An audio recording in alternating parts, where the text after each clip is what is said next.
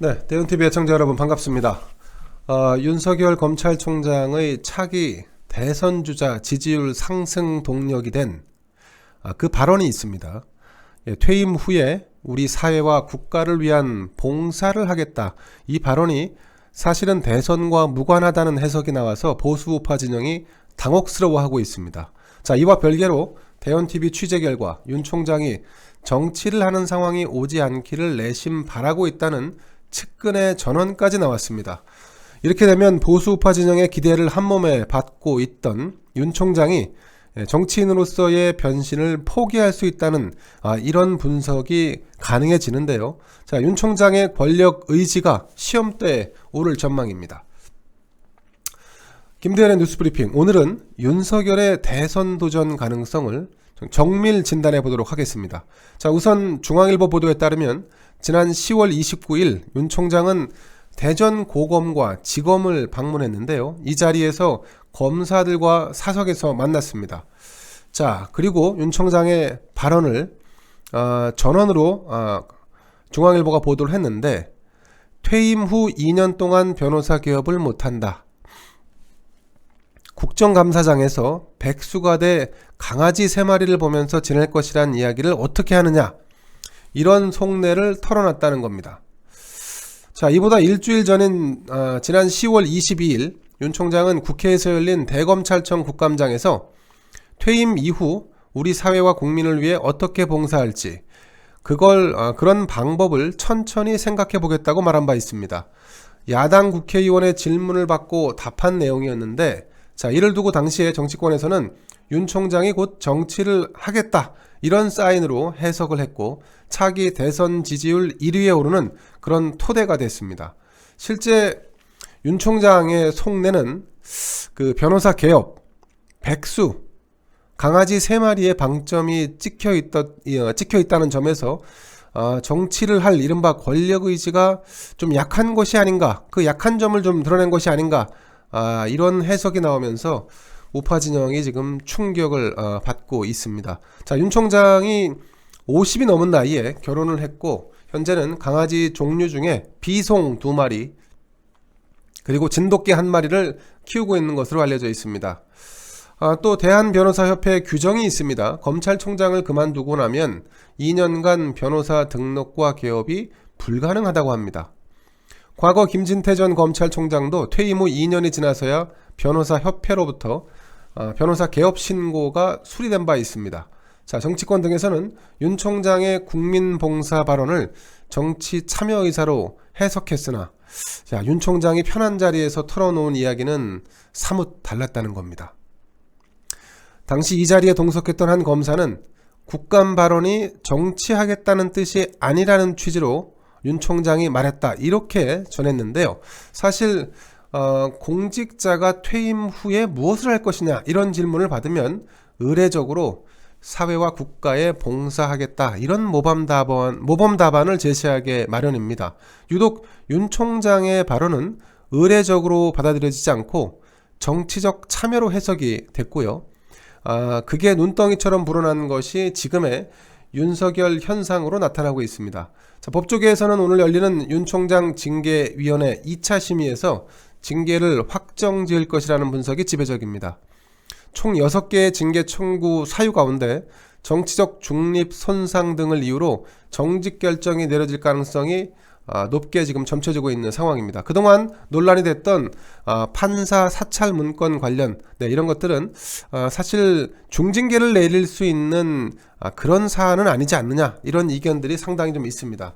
자, 이와 관련해서 추미애 법무부 장관도 지난달 이런 말을 했습니다. 대다수 국민은 검찰총장이 유력 정치인 또는 대권 후보라고 여기게 됐다는 점에서 더는 검찰총장으로서 직무를 수행할 수 없을 정도에 이르렀다, 이렇게 주장을 했는데요. 윤 총장 징계위원장을 맡고 있는 정한중 한국외대 교수도 이와 관련된 발언을 한 바 있습니다. 윤 총장은 지금이라도 출마하지 않는다는 확답을 해야 한다. 답을 하지 않는 이유를 모르겠고 그러니까 정치적 중립을 위반했다고 비난받는 것 아니냐, 이런 말을 했습니다. 물론 틀린 얘기입니다. 그러나 이에 대해서 윤 총장이 정치를 한다고 말하지 않았는데 미래에 있을지 없을지 모를 일을 단정하라고 압박하고 이를 토대로 징계하겠다는 것, 네, 이건 사실 억지에 가깝죠. 네. 어쨌든 징계위와 정치권 분위기를 종합해 볼 때 오늘 윤 총장에 대한 징계안은 확정이 될 것으로 보입니다. 해임, 정직 중 하나의 이 징계를 선택할 가능성이 높다는 분석입니다.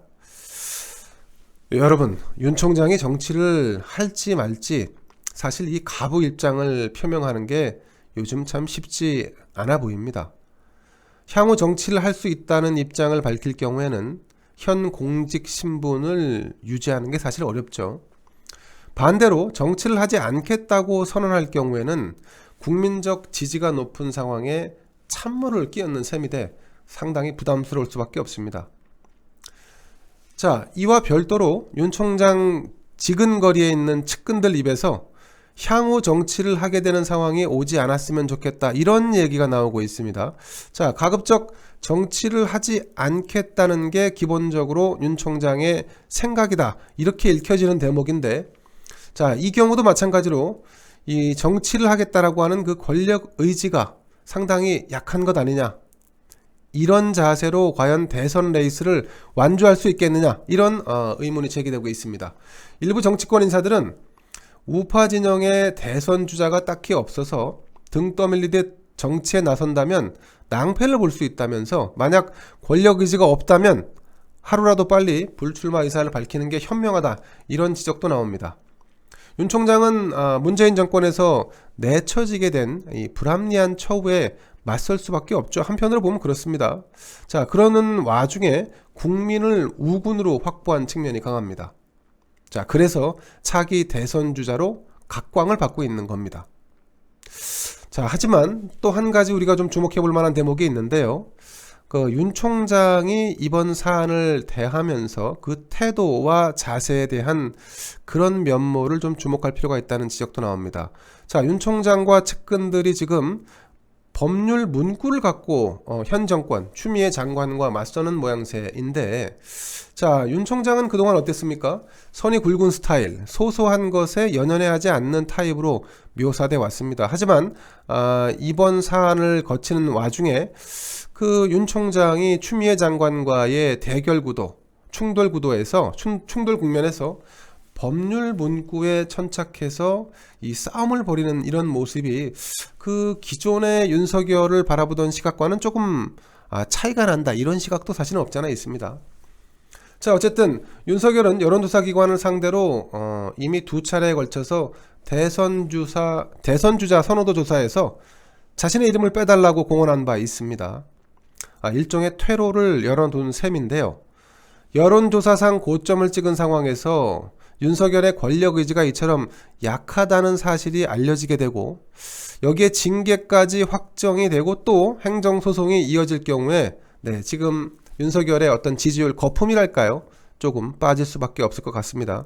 윤 총장의 정치를 하겠다라고 한다면 오히려 징계에 대한 행정소송에 매달리기보다는 정치적 승부수를 띄워야 하는 그런 타이밍이 아닌가 하는 생각이 듭니다. 여러분, 지지율 거품이 빠지다 보면요, 어느새 윤 총장이 정치적 승부를 띄워야 한다라고 하는 그런 기대치마저도 사그라들지 모릅니다. 윤 총장의 고민이 깊어지고 있습니다.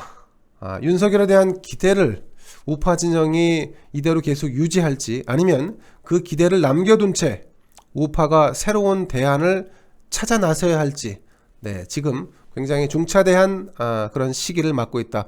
오늘 징계위 결정이 어떤 식으로 나든지 우파 진영은 역시나 윤석열의 정치적 승부수 결단을 기대해 봅니다. 김대현의 뉴스브리핑 여기서 마치겠습니다. 감사합니다.